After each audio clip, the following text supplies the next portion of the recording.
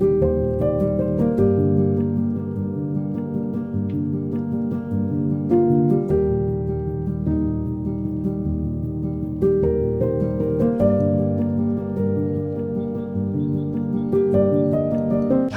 today I'm going to show you how to turn your boring videos into cinematic masterpieces using Dehancer Pro.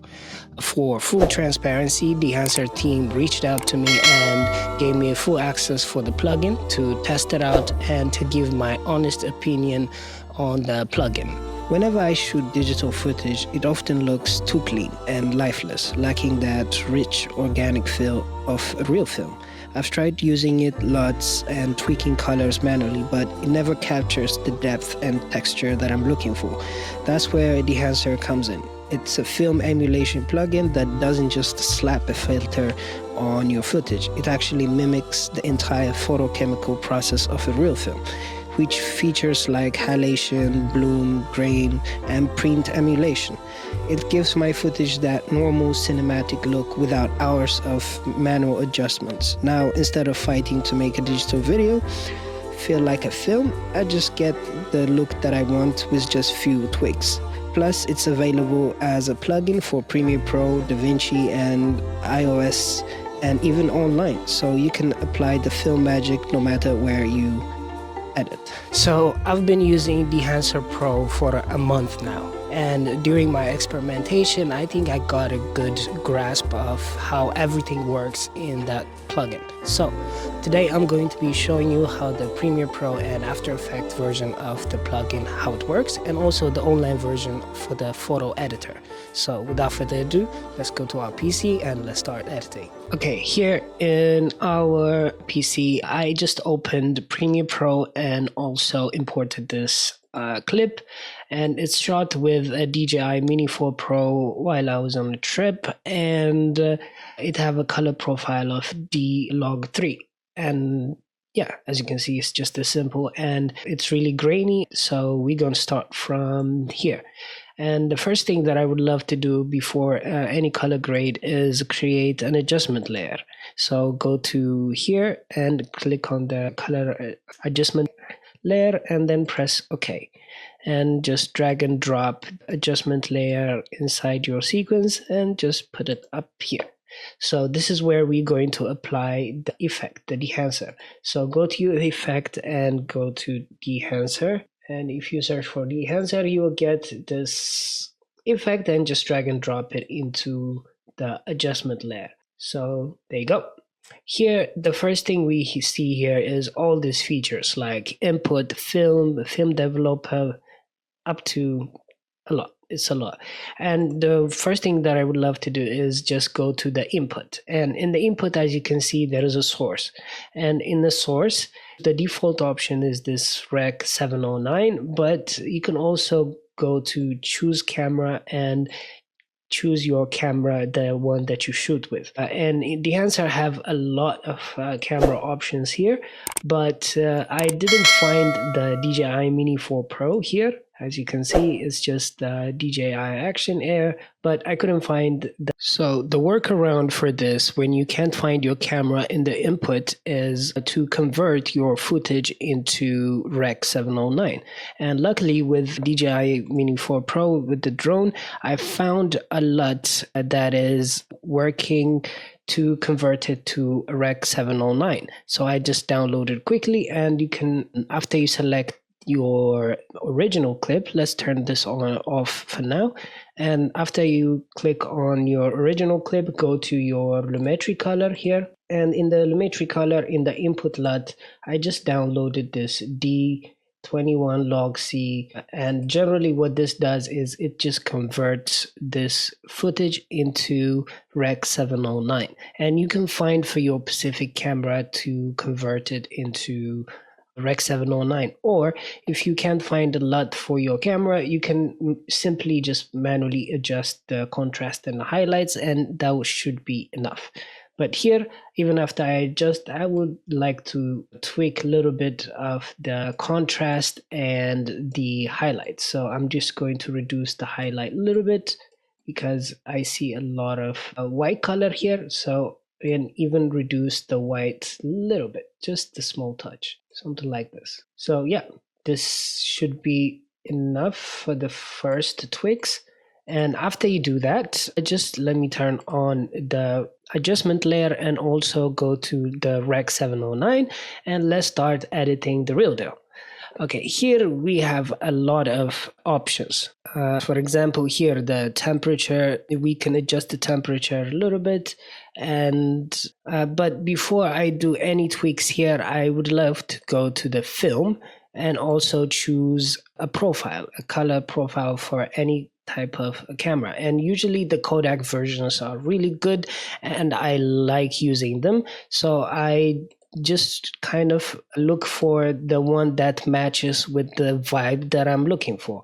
And yeah, I'm just selecting and just trying out. But as you can see here, there are many options that Dehancer provides. So you can choose any type of the color profiles that you would like to use and just try it out. And I'm sure it will surprise you and you can find a really good one that you like. And the default one, usually what they put is the Kodak version 3 250D, and it usually works for most of the clips, but I just like to tweak it a little bit.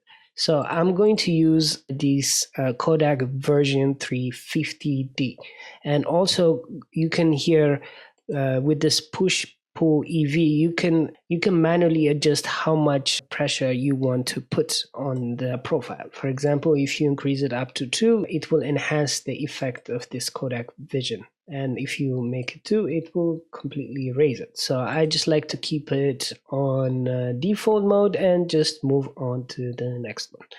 And the other ones that I like to tweak beside the film is the film developer. Here you can enable it here, and also you can adjust the contrast boost. For example, if you increase it a little bit, the contrast of the footage will be much more, but I just want a simple touch here, let's say, and the gamma correction too. And you can play around with the numbers as well. Here in the film compression, you can enable it here, and also you can raise the impact up like this or down, and you can raise the white points or the tonal range or the color density. Here the tonal range and the color density are really cool to use. I use them in some of the clips I edited, and generally, as you can see, I am like, you can reduce the white points that you see here. Let's say you can increase it a little bit. Yeah, as you can see, it's reducing the exposure a lot here with the white points.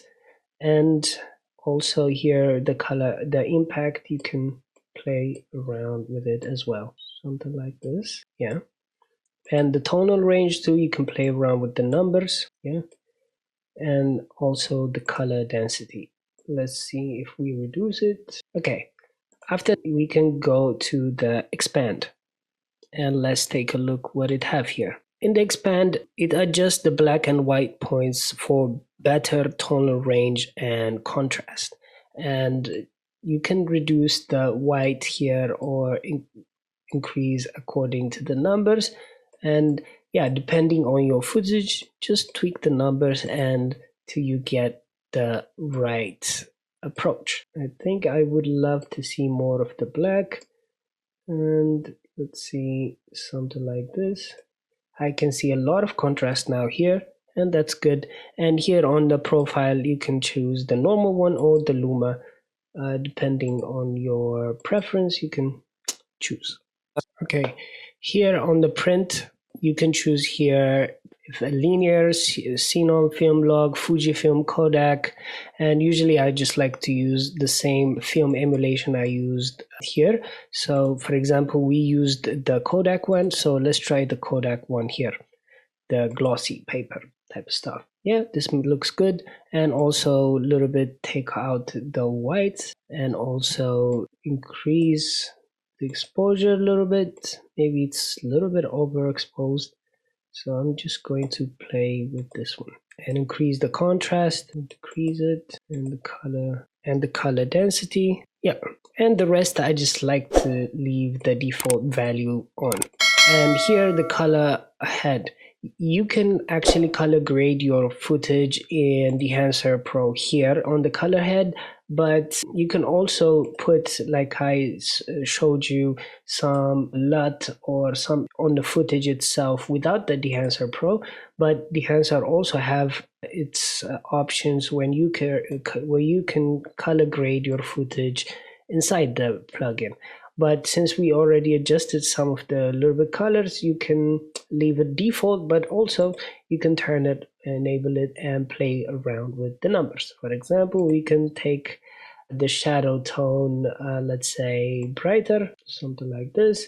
And the highlights, let's maybe reduce the tones of the highlight. As you can see, here is the highlight, and when I increase the highlight of the tone, it becomes more yellowish from the white color, which is exactly what I want. And the shadow tone, maybe let's check when it's decreased. Yeah, it looks good. I like it. And also you can play around with the midtones and everything. So this is what the color head does. This just do the color grading here. And the most fun part of this plugin is the film grain. You can also enable and unenable it here.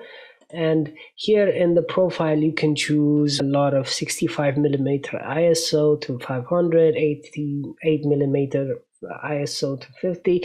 But the more you go down more with 65, it adds less and less grain. But the less value you choose, it will add a lot of grain. So yeah, keep in mind doing that, but I will just leave the default value here.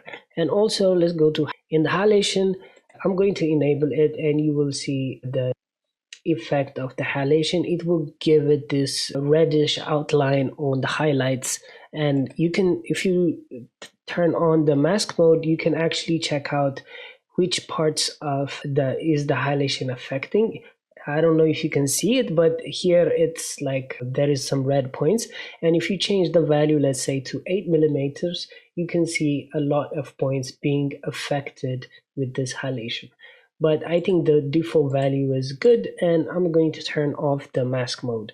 So what the mask mode does is it just lets you show you which part of the halation, or either the halation or the film grain, or here the bloom is affected. So in the bloom, also you can also enable the bloom, and it will give it this glow effect and this blurry effect on the edges of the highlights too, and that will give it a really good look. And also in the film damage, I usually leave it alone unless I specifically want to have this film damage, but usually I just like to keep it on the default value like this. And but you can add it yourself. And here it's also have some different options, and the higher you go in, the less effect it will have, and the lower it have more effect. And film breadth as well. And here the gate weave, you can also enable it and check out which one you want depending on your preference. But here let's say maybe 65. Okay, looks good. And you can also add the overscan. Here I usually like to leave it alone. And here the vintage, you can add a vintage, let's say, to just focus on in the middle and just reduce the value a little bit. And you can also adjust the size, the feather, and yeah, the center, and a lot of stuff here. So here on the monitor as well, you can, if you check this false color, it will show you the color on the left side, and you can check which one is the true red and the true yellow and stuff. And this is actually really cool that you can, depending on this, you can color grade your footage to have the exact color that you want. So I really like this feature. I've been using it. So the monitor tab is also really cool to use. And this clipping indication is as well. If you turn off this, you can see which part of in the monitor is being affected. And it helps you to visualize the exposure and the color range before the final grading, and which is really good. And yeah, and the output color space, you can actually adjust how much impact the overall this adjustments you have. For now it's on 100, so everything you make adjustments is applied 100%. But let's say you take it to the 0 and it will go back to the original state. But here, just since you adjusted your colors, it will be on 100. And this LUT generator is, you can generate this color grading that you do, and you can export this as a LUT, and I've done it before, and it's a really cool effect to use. Dehancer also have this online image editor. So what you're going to do is you just have to drag and drop your image into the website, and it's going to upload and also process the image. And after it processes it, it's going to give us on the film preset a lot of options where we could choose a film preset. For example, here we have a color implosion, a Fuji film, just like in the plugin, the Pro, we can find a lot of film emulation and presets here. So here, what I want to do in this case with this image, since it's already look really cool, so I'm not going to go too much on the color editing. So I'm just going to choose my favorite part from here. So I'm going to choose the Kodak version. And as you can see, it's a little bit grainy and it looks like an old picture. I love it. So here on the effects, you can click on it and you can adjust the grain, the bloom, and the halation. For example, here I want the halation, of course, and I don't want that much bloom because the image is a silhouette and it already has on the edges this white part, so I'm not really interested. And also I'm going to add a little bit of grain, that's all. But what I'm interested is in the halation more. And I'm going to increase on the slider and also add some little bit of vignette. And in the vignette, you can adjust the size, just a small, maybe the size should be a little bit bigger, and just on the edges should be fine. And the exposure maybe a little bit, yes, and the feather, just drag it down a little bit. I think that looks cool. Okay, and on the color here, you can also choose a preset here, the type of color that you want. So I'm going to choose something like this, and this already looks really cool. And on the light also, you can choose the tint, the brightness and the contrast of your image. So I'm going to keep it that way. I don't want to touch too much light because I told you it's a silhouette picture and it already looks cool, but I just want to add this on the image, on the edges, this halation effect, and that's all. And you can toggle between the original and the edited version, and you can buy this, and also you can adjust the exposure, the contrast, and the temperature here. So I recommend you also to use this as well.